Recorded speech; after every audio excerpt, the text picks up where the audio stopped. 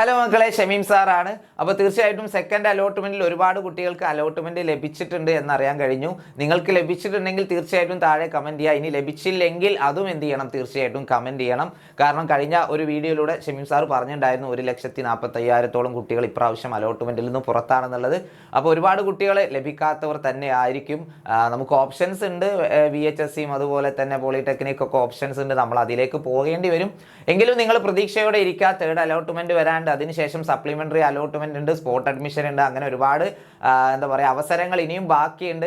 എത്രത്തോളം സീറ്റുകളാണ് third അലോട്ട്മെൻറ്റിൽ balance ആയി കിടക്കുന്നത് എന്നുള്ള കാര്യമാണ് നമ്മൾ ഈ ഒരു വീഡിയോയിലൂടെ ഡിസ്കസ് ചെയ്യാൻ വേണ്ടി പോകുന്നത്. അതിനു മുൻപ് ഈ ഒരു സെക്കൻഡ് അലോട്ട്മെൻറ്റ് ലഭിച്ച മക്കൾ തീർച്ചയായിട്ടും എന്ത് ചെയ്യണം, 10-ാം തീയതി രാവിലെ 10 മണി മുതൽ 11-ാം തീയതി വൈകിട്ട് 5 മണി വരെയാണ് എന്ത് ചെയ്യാനുള്ളത്, പ്രവേശനത്തിന് ഹാജരാകേണ്ടത്. ലാസ്റ്റ് ഡേറ്റ് എന്ന് പറയുന്നത് ഇന്നാണ്. ഇന്ന് 5 മണിക്ക് മുൻപായിട്ട് തീർച്ചയായിട്ടും നിങ്ങൾ എന്ത് ചെയ്യണം, അഡ്മിഷൻ എടുത്തിട്ടുണ്ടാവണം. അത് നിങ്ങൾക്ക് ഇഷ്ടപ്പെട്ട സ്കൂളാണെങ്കിലും ഇഷ്ടമില്ലാത്ത സ്കൂളാണെങ്കിലും ഇന്ന് 5 മണിക്ക് മുമ്പായിട്ട് ആ സ്കൂളിൽ പോയിട്ട് ടെമ്പററി ആയിട്ടോ പെർമനന്റ് ആയിട്ടോ അഡ്മിഷൻ എടുത്തിട്ടുണ്ടാവണം. ഓക്കെ, നിങ്ങൾ അങ്ങനെ ചെയ്തില്ല എങ്കിൽ നിങ്ങളെ അടുത്ത അലോട്ട്മെന്റിൽ പരിഗണിക്കില്ല. അപ്പോൾ ഇഷ്ടപ്പെട്ട സ്കൂളാണെങ്കിൽ നോ പ്രശ്നം അല്ലേ, നിങ്ങൾ എന്ത് ചെയ്താൽ മതി, അവിടെ പെർമനന്റ് ആയിട്ട് അഡ്മിഷൻ എടുത്താൽ മതി. ഇനി ഇഷ്ടമില്ലാത്ത സ്കൂളാണ്, ഇഷ്ടമില്ലാത്ത കോഴ്സ് ആണെങ്കിൽ എങ്കിൽ പോലും നിങ്ങൾ അവിടെ ടെമ്പററി ആയിട്ട് അഡ്മിഷൻ എടുത്തിട്ടുണ്ടാവണം. എങ്കിൽ മാത്രമേ നിങ്ങളെ തേർഡ് അലോട്ട്മെന്റിലേക്ക് പരിഗണിക്കുകയുള്ളൂ. ഓക്കെ, ആ ഒരു കാര്യം ഓർമ്മയിൽ ഉണ്ടാവട്ടെ.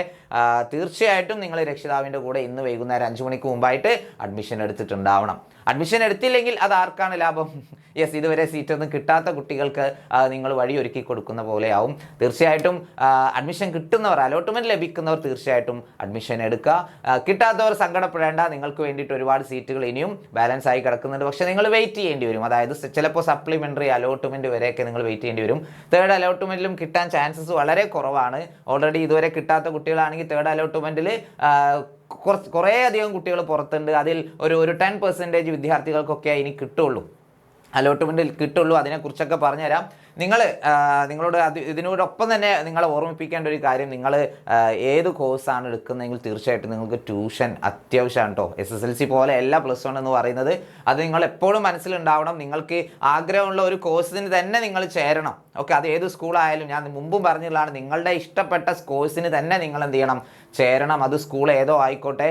ഇതുവരെ കിട്ടിയില്ല എന്ന് കരുതി നിങ്ങൾ ആ കോഴ്സ് എന്ത് ചെയ്യരുത്, നിങ്ങൾ ഒഴിവാക്കി കളയരുത്. നിങ്ങളുടെ ആഗ്രഹം ഏതാണോ അതിന് തന്നെ നിങ്ങൾ ചേരണം. നിങ്ങൾ സയൻസ് ആണ് എടുക്കുന്നതെങ്കിൽ തീർച്ചയായിട്ടും ഇതുപോലെ നിങ്ങളുടെ റിസൾട്ട് വരും. എവിടെയാണെങ്കിൽ നമ്മുടെ അഗ്നി ബാച്ചിലാണ് നിങ്ങൾ ജോയിൻ ചെയ്യുന്നതെങ്കിൽ നിങ്ങളെ ഈ ഒരു ഫുൾ മാർക്കിലേക്ക് എത്തിക്കാൻ വേണ്ട എല്ലാ കാര്യങ്ങളും നമ്മുടെ ബാച്ചിലുണ്ട്.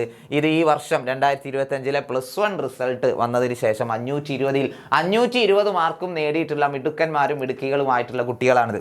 ഓക്കെ, യെസ്, 1 മാർക്കും അതുപോലെ തന്നെ 2 മാർക്കും 3 മാർക്കും ഒക്കെ പോയിട്ടുള്ള ഒരുപാട് കുട്ടികളുണ്ട് കേട്ടോ.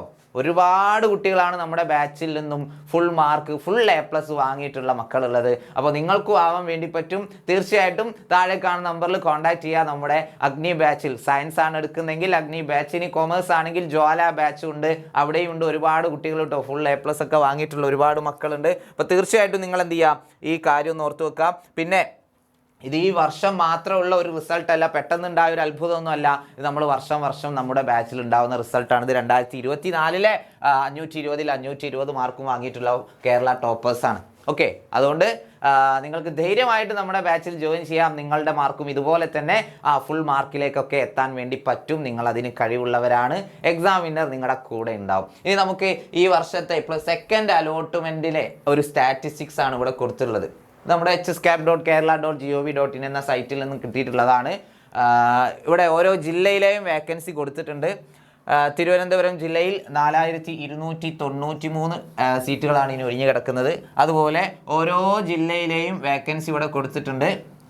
അപ്പോൾ ഏറ്റവും എന്താ പറയുക, കുറവ് അല്ലെങ്കിൽ ഏറ്റവും കൂടുതൽ വേക്കൻസി 17,970 സീറ്റുകളുണ്ട് കേട്ടോ. മലപ്പുറത്ത് 17,970 സീറ്റുകളാണ് ഒഴിഞ്ഞു കിടക്കുന്നത്. ആക്ച്വലി ഇത്രയും സീറ്റുകൾ ഉണ്ടെങ്കിലും തേർഡ് അലോട്ട്മെൻറ്റിൽ പല കുട്ടികൾക്കും അഡ്മിഷൻ കിട്ടാൻ വേണ്ടി പോകുന്നില്ല. കാരണം ഇതെല്ലാം പല കമ്മ്യൂണിറ്റിയിൽ റിസർവ്ഡ് ആയി കിടക്കുന്നതാണ്. ഞാൻ കഴിഞ്ഞ വീഡിയോയിൽ പറഞ്ഞു തന്നിട്ടുണ്ടായിരുന്നു. ഓക്കെ, വേണമെങ്കിൽ ഒന്നുകൂടെ കാണിക്കാം. നമ്മുടെ hscap-ൽ യെസ്, ഇതാണ് ആ ഒരു കംപ്ലീറ്റ് സ്റ്റാറ്റിസ്റ്റിക്സ് എന്ന് പറയുന്നത്.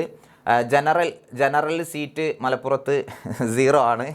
ഓക്കെ, ജനറൽ ആയിട്ടാണ് അപ്ലൈ ചെയ്യുന്നതെങ്കിൽ ഒരിക്കലും അവിടെ സീറ്റ് കിട്ടാൻ പോകുന്നില്ല. അതുപോലെ തന്നെ ETB അതായത് ഈഴവ തീയ ബില്ലവ അവിടെ സീറ്റുകൾ ബാലൻസ് ഉള്ളത് വെറും 71 സീറ്റുകളാണ്. 17,000 ഉണ്ട് എന്ന് പറഞ്ഞില്ലേ, അത് എവിടെ നിന്നാണ്? മുസ്ലിം തീർച്ചയായിട്ടും എന്താ കോഴിക്കോട് മുതൽ കണ്ണൂർ വരെ 0 ആണ്. അതുപോലെ തന്നെ എന്താ പറയുക LC SIUC ആംഗ്ലോ ഇന്ത്യൻ കുറച്ച് സീറ്റുകൾ അവിടെ ഉണ്ട്. അതുപോലെ തന്നെ ക്രിസ്ത്യൻ OBC വളരെ കുറവാണ്. പാലക്കാട് 170 സീറ്റുണ്ട്, മലപ്പുറത്ത് 416 സീറ്റുകളുണ്ട്. ആകെ 1069 സീറ്റുകൾ 1390 സീറ്റുകൾ മാത്രമാണ് ക്രിസ്ത്യൻ OBCയിൽ ബാലൻസ് കിടക്കുന്നത്. ഇനി ഹിന്ദു OBC നോക്കാം. 1184 സീറ്റുകളാണ് ആകെ മൊത്തം ടോട്ടൽ ഒഴിഞ്ഞു കിടക്കുന്നത്. പല ജില്ലകളിലും 2 ഡിജിറ്റ്സ് ആണ്. 822 സീറ്റുകൾ മലപ്പുറത്തുണ്ട് കേട്ടോ. ഹിന്ദു OBC 822 സീറ്റുകളാണ് മലപ്പുറത്ത് ഒഴിഞ്ഞു കിടക്കുന്നത്. അപ്പോൾ ഈ കാറ്റഗറി പെട്ടവർക്ക് ഒന്ന് പ്രതീക്ഷിക്കാം. Okay, yes. പിന്നെ SC ST ഇഷ്ടംപോലെ സീറ്റുകളുണ്ട്. അവർക്ക് എന്തായാലും തേർഡ് അലോട്ട്മെൻറ്റിൽ കിട്ടിയിട്ടില്ലെങ്കിൽ തീർച്ചയായിട്ടും കിട്ടും എന്ന് തന്നെ പ്രതീക്ഷിക്കാം. അതുപോലെ ഡിഫറൻ്റ്ലി ഏബിൾഡും ബ്ലൈൻഡിനൊക്കെ സീറ്റുകൾ അത്യാവശ്യമുണ്ട്. ഭാഷാ ന്യൂനപക്ഷം, ധീവര റിലേറ്റഡ് അവർക്കൊക്കെ കിട്ടും. വിശ്വകർമ്മ ആൻഡ് റിലേറ്റഡ് സീറ്റ് വളരെ കുറവാണ്, 126 സീറ്റുകളേ ഉള്ളൂ.